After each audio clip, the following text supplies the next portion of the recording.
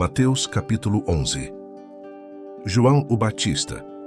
Depois de transmitir essas instruções aos seus 12 trabalhadores, ele saiu a ensinar e pregar em diversas vilas.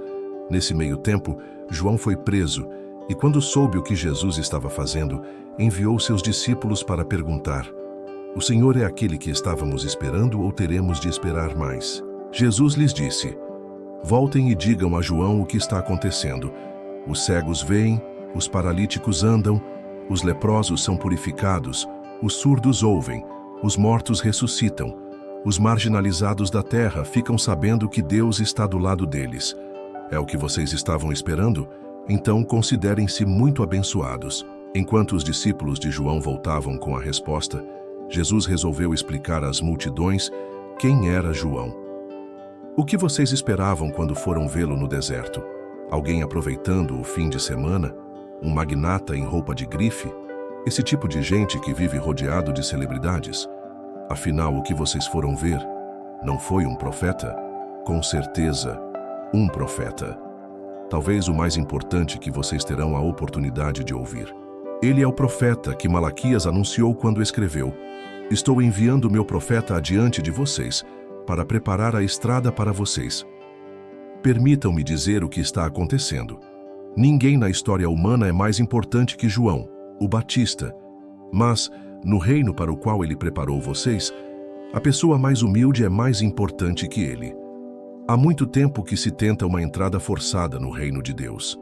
Mas se lerem com atenção os profetas e a lei de Deus, vocês perceberão que tudo culmina em João, unindo-se a ele na preparação do caminho para o Messias do reino. Olhando por esse ângulo, João é o Elias que vocês esperavam chegar para apresentar o Messias. Vocês estão me ouvindo? Entendem o que digo? Com que posso comparar esta geração? As pessoas se comportam como crianças mimadas, reclamando dos pais. Queremos pular corda, mas vocês estão sempre cansados. Queremos conversar, mas vocês estão sempre ocupados. João veio jejuando e foi chamado de louco. Eu cheguei festejando e me chamaram de beberrão, amigo da ralé. As pesquisas de opinião parecem não valer muita coisa, não é? Só com a experiência é que se comprova a verdade. Os ritmos livres da graça.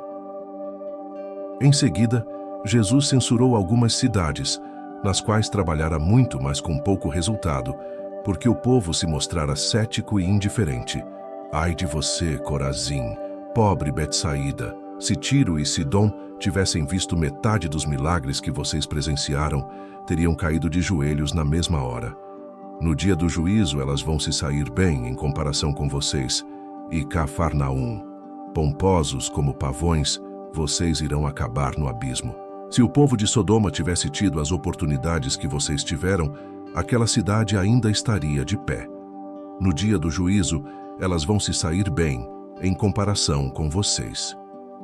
Inesperadamente, Jesus irrompeu numa oração. Obrigado, Pai, Senhor do céu e da terra.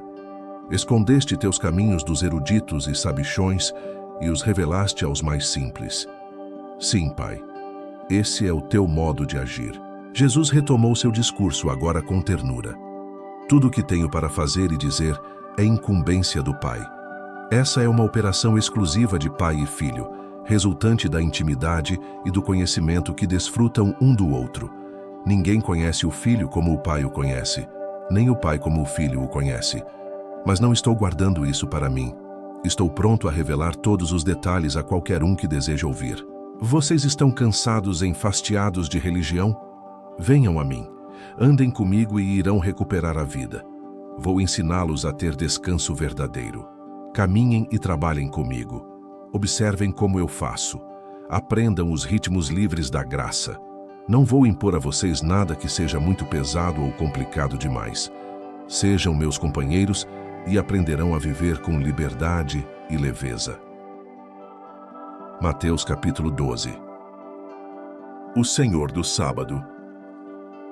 Num sábado, Jesus e os discípulos atravessavam uma plantação de cereal. Famintos, os discípulos descascaram algumas espigas e comeram.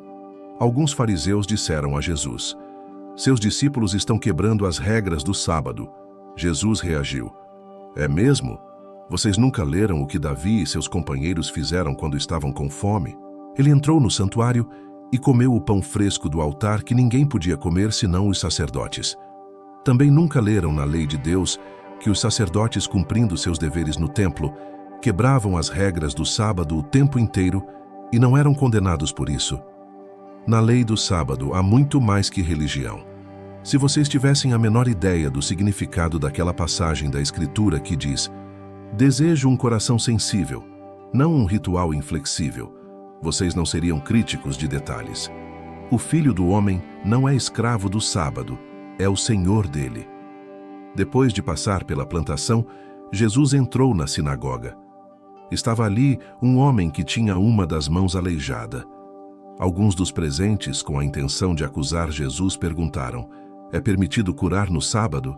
Ele respondeu: "Existe alguém aqui que, se encontrar no sábado um cordeiro seu caído numa ribanceira, não irá tirá-lo de lá? A bondade para com as pessoas é tão conforme a lei quanto a bondade para com os animais."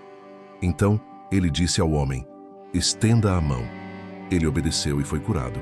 Os fariseus saíram furiosos, discutindo como acabar com Jesus. O Senhor de tudo. Sabendo que corria perigo, Jesus deixou a sinagoga, mas um grupo o seguiu, e ele curou todos eles. Aconselhou-os, entretanto, a manter as curas em segredo, de acordo com as orientações de Isaías. "Observem bem meu servo, meu escolhido. Eu o amo muito, e tenho muita alegria nele. Meu espírito nele está. Ele decretará justiça às nações, mas ele não gritará, não levantará a voz. Não haverá comoção nas ruas. Ele não desrespeitará os sentimentos de ninguém, nem o deixará de lado. Antes que você perceba, a justiça triunfará. O simples som do seu nome infundirá esperança, mesmo entre os que vivem longe e não creem." Satanás contra Satanás. Logo depois, um pobre coitado, afligido por demônios, cego e surdo, foi trazido à presença dele. Jesus o curou, dando-lhe visão e audição. O povo que viu isso ficou impressionado. "Esse tem de ser o filho de Davi", diziam. Já os fariseus, quando souberam do acontecido, reagiram com ceticismo. "É magia negra", disseram. Ele tirou algum truque diabólico da manga. Jesus contestou a calúnia. Um juiz que emite vereditos opostos sobre a mesma pessoa cai em contradição. Uma família que vive brigando se desintegrará. Se Satanás expulsa Satanás, não irá se destruir? Se vocês me caluniam, afirmando que sou um demônio que expulsa demônios, a mesma calúnia não se aplica aos exorcistas de vocês? Se Satanás expulsa Satanás, não irá se destruir? Se vocês me caluniam afirmando que sou um demônio que expulsa demônios, a mesma calúnia não se aplica aos exorcistas de vocês? Mas se é pelo poder de Deus que expulso demônios, então com certeza o reino de Deus está aqui. Acham que é possível, em plena luz do dia, entrar na casa de um homem forte e acordado e roubar seus bens sem amarrá-lo primeiro? Amarrem-no, e então poderão roubá-lo. Isso é guerra, e não há território neutro. Se vocês não estão do meu lado, são meus inimigos. Se não ajudam, estão atrapalhando.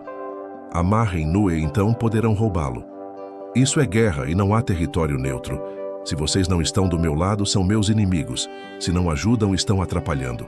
Isso é guerra e não há território neutro. Se vocês não estão do meu lado, são meus inimigos. Se não ajudam, estão atrapalhando. Não há nada dito ou feito que não possa ser perdoado.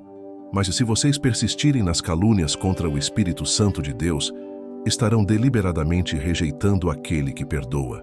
Se rejeitarem o Filho do Homem por algum juízo equivocado, poderão ser perdoados.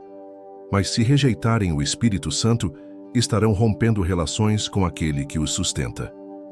Se vocês crescerem como uma árvore saudável, irão produzir frutos saudáveis. Mas, se a árvore for doente, os frutos serão podres. Os frutos nos revelam a verdade sobre a árvore. A mente de vocês parece um ninho de cobras. Como dar crédito ao que dizem, já que são tão tolos? É o coração, não o dicionário, que dá significado às palavras. A pessoa de bem produz boas obras e boas palavras todo o tempo, mas a pessoa má é como praga no pomar. Permitam-me dizer uma coisa: cada uma dessas palavras impensadas voltará para assombrá-los. A hora da prestação de contas vai chegar. As palavras são poderosas, levem-nas a sério. Elas podem ser a sua salvação, mas também podem condená-los. Título: A evidência de Jonas. Mais tarde, alguns líderes religiosos e fariseus interpelaram Jesus. Mestre, queremos ver suas credenciais, uma prova conclusiva de que Deus está com você. Que tal um milagre? Jesus respondeu: Vocês procuram uma prova, mas estão procurando o tipo errado de prova. Tudo o que querem é algo para satisfazer a curiosidade, o desejo de ver milagres. A única evidência que terão é a que se parece com uma total ausência de provas, o sinal de Jonas. Assim como Jonas ficou 3 dias e 3 noites no ventre do peixe, o Filho do Homem, por 3 dias e 3 noites, será posto numa cova profunda.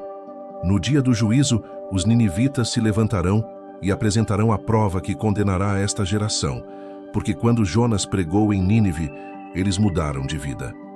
Aqui está um pregador mais importante que Jonas, e vocês querem provas. No dia do juízo, a rainha de Sabá virá de longe e apresentará uma prova que condenará esta geração, porque ela viajou de uma região remota da terra para ouvir o sábio Salomão.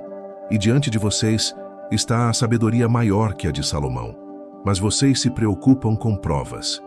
Quando é expulso de alguém, o espírito maligno vagueia pelo deserto, procurando um oásis, uma alma distraída que possa atormentar. Se não encontra nada, diz consigo mesmo: vou retornar para minha antiga casa. Quando retorna, encontra a pessoa limpa, porém vazia. Então o espírito reúne outros 7 espíritos ainda piores, e todos se instalam ali.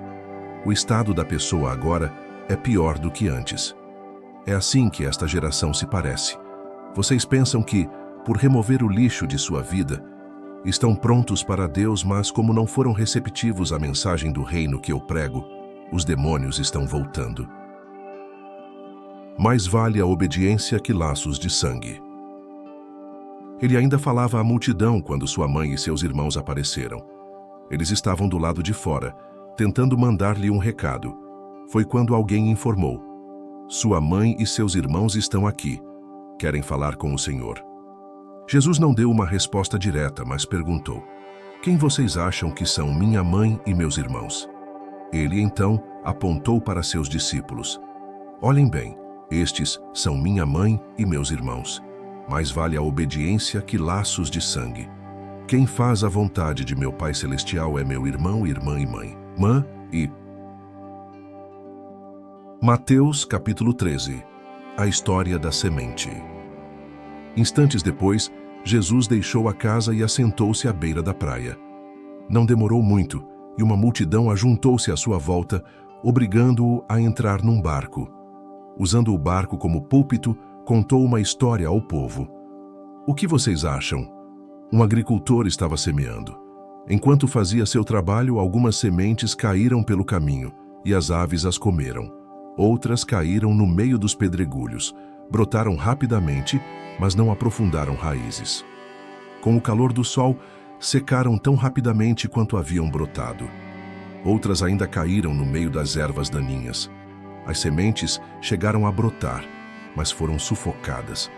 Por fim, algumas, porém, caíram em boa terra e produziram uma colheita que superou todas as expectativas. Vocês estão entendendo? Por que contar histórias? Os discípulos perguntaram: por que contar histórias? Ele respondeu: vocês já ouviram bastante a respeito do reino de Deus, conhecem as suas verdades, mas nem todos tiveram esse privilégio. Quando alguém tem o coração preparado, a compreensão é real. Mas se não houver receptividade no coração, logo desaparece. Por isso conto histórias. Meu objetivo é criar disposição, levar o povo a receber a mensagem. Nas condições em que se encontram, eles ficarão ouvindo até o dia do juízo e não entenderão nada. Vão ficar irritados por ouvir tanto e não entender coisa alguma.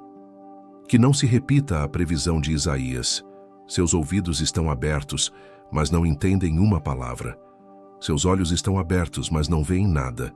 Esse povo é cabeça dura. Eles tapam os ouvidos com os dedos para não ter de escutar. Eles fecham os olhos para não serem obrigados a ver. E assim, evitam ficar comigo face a face e me deixar curá-los. Vocês, no entanto, têm olhos abençoados por Deus, olhos que veem, e ouvidos abençoados por Deus, ouvidos que ouvem. Muita gente, profetas e crentes humildes, daria qualquer coisa para ver o que vocês estão vendo e ouvir o que vocês estão ouvindo, mas nunca tiveram chance. O significado da história sobre a colheita. Reflitam sobre a história do agricultor e as sementes. Quando alguém ouve as novas do reino e não se apropria delas, elas permanecem na superfície. Então vem o maligno e as arranca do coração do ouvinte. Essa é a semente que o agricultor espalhou pela estrada. A semente lançada nos pedregulhos corresponde àquele que ouve e instantaneamente recebe a mensagem com grande entusiasmo, mas a palavra não cria raízes. Assim, diante de alguma dificuldade ou quando passa a emoção, a mensagem é esquecida e não sobra nada. A semente lançada no meio das ervas daninhas é aquele que ouve a mensagem do reino, mas é vencido pela preocupação e pela ilusão de manter o que tem e de ganhar mais. A mensagem é sufocada e não sobra nada. A semente lançada na terra boa é a pessoa que ouve a palavra e a acolhe, e a colheita supera todas as expectativas. A mensagem é sufocada e não sobra nada. A semente lançada na terra boa é a pessoa que ouve a palavra e a acolhe, e a colheita supera todas as expectativas. Ele contou outra história. O reino de Deus é semelhante a um fazendeiro que plantou semente de boa qualidade em suas terras. Na mesma noite, enquanto os empregados dormiam, seu rival misturou sementes de ervas daninhas aos grãos de trigo e fugiu antes do amanhecer. Os primeiros brotos surgiram e o grão começou a crescer, mas a erva daninha também apareceu. Os lavradores perguntaram ao fazendeiro: "Patrão, se o senhor plantou semente de boa qualidade, de onde veio a erva daninha?"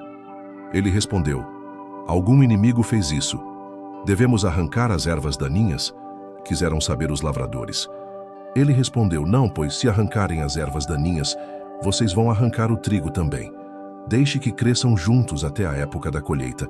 Vou instruir os ceifeiros a arrancar as ervas daninhas e amarrá-las em fardos para o fogo e a juntar o trigo para guardá-lo no celeiro." Para guardá-lo no celeiro. Outra história. O reino de Deus é como a semente de mostarda plantada por um agricultor. É uma das menores sementes, mas, uma vez plantada, germina e cresce tanto que os pássaros fazem ninhos em seus ramos. Mais uma história. O reino de Deus é como o fermento que uma mulher põe na massa para fazer muitos pães e fica esperando a massa crescer. Tudo o que Jesus fez naquele dia foi contar histórias, uma longa tarde de histórias. Também foi o cumprimento de uma profecia: abrirei minha boca e contarei histórias. Trarei a público coisas ocultas desde o primeiro dia da existência do mundo. O desfecho da história. Jesus dispensou o povo e foi para casa. Os discípulos então pediram: "Explica-nos a história das ervas daninhas na lavoura." Jesus dispensou o povo e foi para casa. Os discípulos então pediram: "Explica-nos a história das ervas daninhas na lavoura." Ele explicou: "O agricultor que tem a semente pura é o Filho do Homem. O campo é o mundo. As sementes verdadeiras são os súditos do reino. As ervas daninhas são os súditos do diabo, e o inimigo que a semeia é o próprio diabo. A colheita é o fim dos tempos, o desfecho da história. Os ceifeiros são os anjos. A cena em que as ervas daninhas são enfeixadas e queimadas faz parte do último ato. O Filho do Homem enviará seus anjos, arrancará as ervas daninhas de seu reino e as jogará no lixo. Será o fim delas. Ainda tentarão reclamar com o céu, mas ninguém as escutará. Ao mesmo tempo, as vidas prontas, santas e maduras irão adornar o reino do Pai. Vocês estão entendendo? O reino de Deus é como um tesouro escondido num campo por muitos anos, até ser acidentalmente encontrado por uma pessoa. Ela fica eufórico com a descoberta e vende tudo o que possui a fim de reunir a quantia necessária para comprar aquele campo. O reino de Deus também é como um comerciante de joias que busca as melhores pérolas. Um dia, encontra a pérola perfeita e imediatamente vende tudo o que possui para comprá-la. O reino de Deus também é como uma rede de pesca lançada ao mar, que apanha toda espécie de peixes. Quando está cheia, é puxada até a praia. Os peixes bons são recolhidos e guardados num tonel. Os que não estão bons são jogados fora. Assim, será feito no desfecho da história. Os anjos virão, separarão os peixes ruins e os jogarão fora. Haverá muita reclamação e desespero, mas isso não vai fazer nenhuma diferença. Jesus perguntou: "Vocês estão entendendo?" Eles responderam: "Sim." Ele acrescentou: "Então vocês já devem ter notado que o aluno bem instruído no reino de Deus é como o proprietário de uma loja, que tira da prateleira o que necessita, novo ou usado, no momento em que precisa." Jesus terminou de contar essas histórias e partiu dali. Voltou para sua cidade e começou a ensinar na sinagoga. Os ouvintes ficaram impressionados. "Ele é muito bom", comentavam. "De onde vem tanta sabedoria, tanta capacidade?" perguntavam-se. Não demorou, porém, e já estavam falando mal dele. "Ora, nós o conhecemos desde menino. É o filho do carpinteiro. Conhecemos sua mãe, Maria, e seus irmãos, Tiago, José, Simão e Judas. Suas irmãs também vivem aqui. Quem ele pensa que é?" E o desprezavam. Jesus observou: um profeta só não é importante em sua terra e em sua família, nas ruas em que brincou quando criança. Por causa da indiferença e da hostilidade deles, não fez muitos milagres ali. Mateus, capítulo 14. A morte de João. Nessa mesma época, Herodes, que governava a região, ficou sabendo das atividades de Jesus. Ele disse aos seus assessores: "Esse deve ser João, o Batista, que voltou dos mortos, por isso é capaz de fazer milagres." Herodes havia mandado prender João, que foi acorrentado e lançado numa cela, para aplacar a raiva de Herodias, mulher de seu irmão Filipe, pois João havia irritado Herodes por denunciar o adultério do rei. Herodes queria matá-lo, mas tinha medo do povo, que reverenciava João como profeta de Deus. A chance surgiu na celebração do aniversário do rei. A filha de Herodias entrou na sala do banquete e dançou para os convidados. Ela encantou Herodes e todos os presentes. Embalado pelo vinho, prometeu dar-lhe qualquer coisa que ela quisesse. Já orientada pela mãe, foi rápida em responder: "Dê-me numa bandeja a cabeça de João o Batista." O pedido deixou o rei abalado, mas para não perder o prestígio entre os convidados, viu-se obrigado a concordar. Ordenou que cortassem a cabeça de João e a trouxessem para a moça numa bandeja. A jovem, por sua vez, entregou-a à sua mãe. Mais tarde, os discípulos de João vieram buscar o corpo, deram-lhe um sepultamento digno e foram dar a notícia a Jesus. Comida para 5.000. Quando Jesus ficou sabendo do fato, entrou num barco e foi para um lugar para ficar sozinho. Mas não adiantou, porque alguém o reconheceu, e a notícia se espalhou. Imediatamente, o povo das cidades vizinhas rodeou o mar da Galileia para ir ao encontro dele. Quando ele viu o povo chegando, compadeceu-se deles e curou os que estavam doentes. Quando estava anoitecendo, os discípulos aproximaram-se dele e aconselharam: "Estamos no meio do nada e está ficando tarde. Despede o povo, para que eles saiam e consigam o que comer nas cidades." Jesus, porém, respondeu: "Não há necessidade de despedi-los. Vocês é que vão dar comida a eles." "Mas tudo o que temos são 5 pães e 2 peixes, disseram. Jesus ordenou: "Tragam-nos aqui." Em seguida, mandou o povo assentar-se na grama. Ele tomou os 5 pães e os 2 peixes, olhou para o céu, orou, abençoou o pão, partiu-o e entregou tudo aos discípulos. Eles repartiram com o povo e todos comeram e ficaram satisfeitos. Os discípulos recolheram 12 cestos de sobras, e os que participaram da refeição foram cerca de 5.000, fora mulheres e crianças. Andando sobre o mar. Terminada a refeição, ele insistiu em que os discípulos entrassem no barco e fossem para o outro lado, enquanto ele despedia o povo. Em seguida, subiu a uma montanha onde pôde ficar sozinho e orar. E ali ficou até tarde da noite. O barco já estava longe quando começou a ventar muito forte, e a embarcação era sacudida pelas ondas. Por volta das 4 horas da madrugada, Jesus foi na direção deles, andando sobre o mar. Aterrorizados, eles nem conseguiam pensar direito. "Um fantasma!" gritaram apavorados. Jesus tratou de tranquilizá-los. "Calma, sou eu, não tenham medo." Pedro, num ímpeto de coragem, pediu: "Mestre, se és tu mesmo, faça que eu vá até aí andando sobre a água também." Jesus disse: "Venha." Pedro pulou do barco e começou a caminhar sobre a água na direção de Jesus. Mas quando ele olhou para baixo e viu as ondas batendo e fazendo barulho sob seus pés, sua tranquilidade se foi e ele começou a afundar. "Mestre, salva-me!" gritou. Jesus foi rápido, alcançou Pedro, segurou pela mão e o censurou. "Que homem sem coragem! O que aconteceu com você?"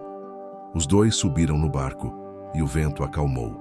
Os discípulos, que haviam observado tudo de dentro do barco, adoraram Jesus, exclamando: "Não há dúvida, tu és o Filho de Deus."